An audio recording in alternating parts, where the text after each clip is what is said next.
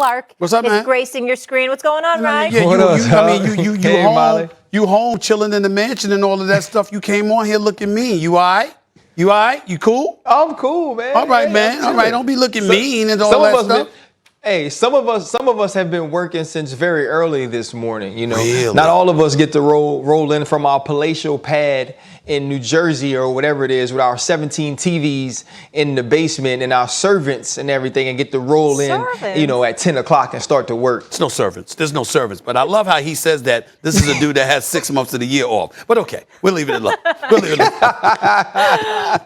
I did like the servants. It built the drama. All right, another game. Let me ask you this, Ryan. I'll start with you. Is it just another game for Brady or Belichick, or does it mean so much more? No, this is just another game.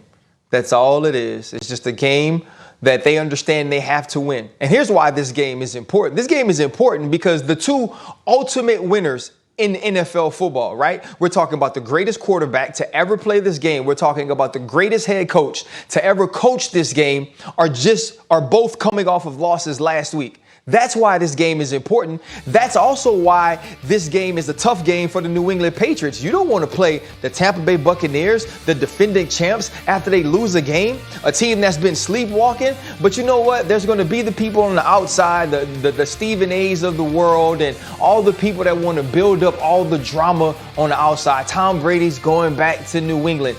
These two dudes have always been about winning football games. The things that we've loved about both of these humans is the fact that they can compartmentalize, that they can focus on the 3 hours that you are on the grass, whatever week it is, no matter what else is happening, no matter if we're deflating footballs, no matter if we're taping the other team's practices. None of those things ever matter to the New England Patriots. None of those things ever mattered to Tom Brady. So now all of a sudden, because these dudes are separate and they see each other again, we're going to say that this game means more because of that. Stop it, Stephen A. You know it and I know it. This game is about winning this football game and then moving on to next week. That is a damn lie. And it's amazing to me that it's coming out of your mouth of all people. As competitive as you are, as much as you retain memory of so many things, for you with a straight face, with that one ear, I don't know why you don't have two earpieces. I don't know why. I don't know why it's just the one. there are two to that. I know what you're wearing, but I know the beats and all. I don't understand why you're doing that, but that's all right. For you of all people to sit up there and to act like this is just a figment of our imagination, we'll hype it up, and all they care about are those 60 minutes, and it's just another game. Hold on. That's it. No one is trying to say that winning is not the priority. No one is trying to say that either is not going to go all out and win. What we're saying is that it ain't just another game to them. It matters to them not just from the standpoint of winning, but also because of the personal history that the two of them have with one another. What I'm saying to you is you ain't going to lose any sleep in the event that you lose, because you know you lose. But let me tell you something right now. When you got that kind of history, particularly in the manner in which it ended, and with all the stuff, just oozing out of Foxborough and beyond about what transpired, the previous 19 years before Tom Brady departed from Foxborough. I'm sorry. Don't sit up here and act like it's just a media creation that this game is going to matter a little bit more. You know better. I usually rock with you, but come on. Stephen A. is so right here. Now, you just stop it. If you were going to go, no, let me finish. You're going to go somewhere and you're going to run into your ex that broke your heart. You're going to tell me that you're not going to step it up a little bit with the wardrobe, maybe do some extra push-ups before you run into her. You absolutely are, and stop lying to me. Hey, Molly, see, that's what's wrong with the world now, right? People think in relationships, you know what I'm saying, that we got to worry about what we are together. No, I want to be whole individually. So I'm going to hit the weights. I'm going to work out. I'm going to dress fly because I do that for me. But you know what, Molly, it's okay.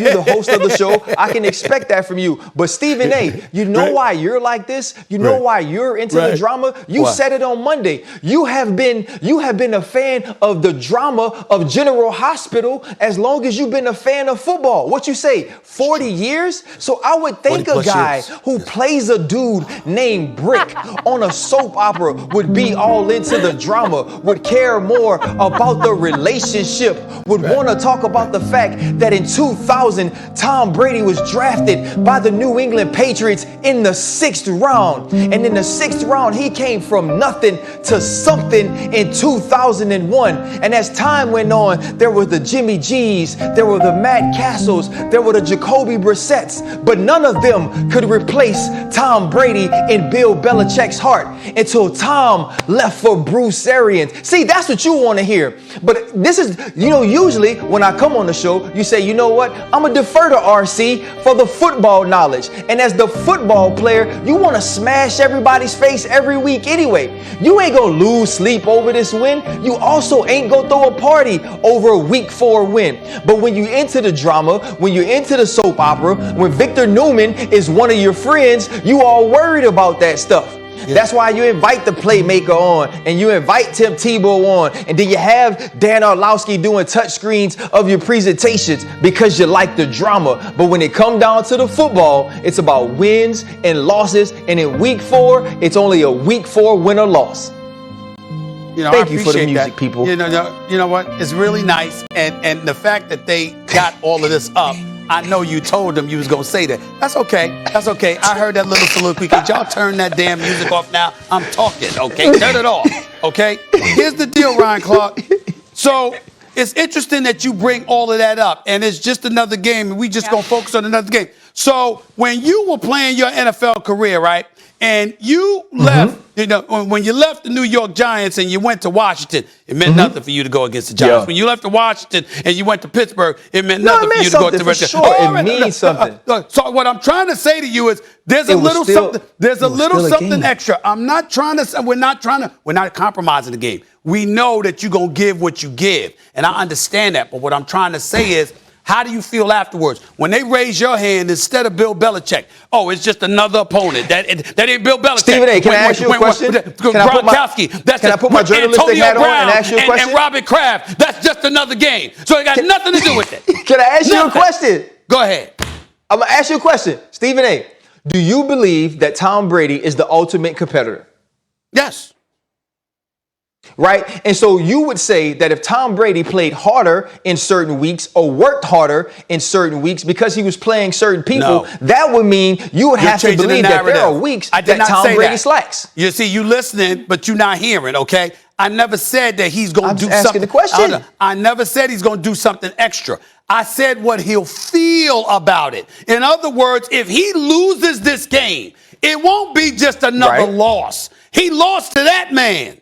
If Gronk loses, he lost to that man, but especially in the case of Tom Brady. How did he depart? So, Ryan, I'm going to put Ryan, because we all know Ryan. We all know Ryan. We love RC. You know what I'm saying? Except DC, because DC tries to beat him up on the podcast together. RC, DC. Yeah, all right. So and I give Ryan Clark credit because he is telling the truth because he works out religiously. Yeah. It ain't just to impress somebody. To be whole. I'm glad you're whole. But he also lied to you, Molly, because he can act like he just dresses for himself and works out for himself. I met the wife. Who's pretty gorgeous, by the way. I met the wife, all right? She's right there with him, so he can front all he want to, but he trying to impress her. So he lying. That's lie number 2 right there. Here's the last one right here. Here's the last one right here, okay?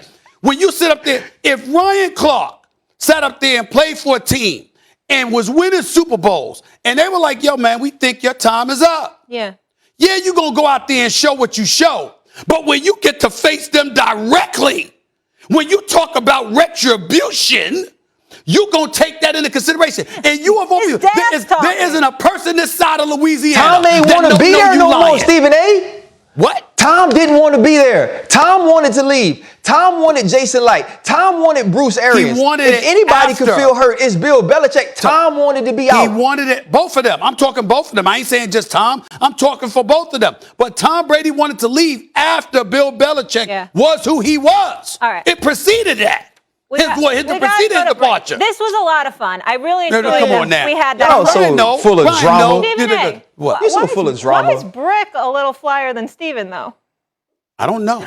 That's a true statement. Hold on. Listen. Right? Listen. Let me be very clear. Let me be very, very clear. They do write you better than you are. Stephen A. don't give a damn that Brick is flyer. He don't mind at all. He don't mind at all. Matter of fact, Ron, they talking about Britt getting the love interest, man. I mean, they talking about it. I'm just saying they're talking about it. Oh my God! I'm a busy man. I'm a busy man. I'm a busy man. You know what I'm saying? I'm a busy man. I mean, I got too much stuff on my plate to have time for love like that, you know? But I'm just saying.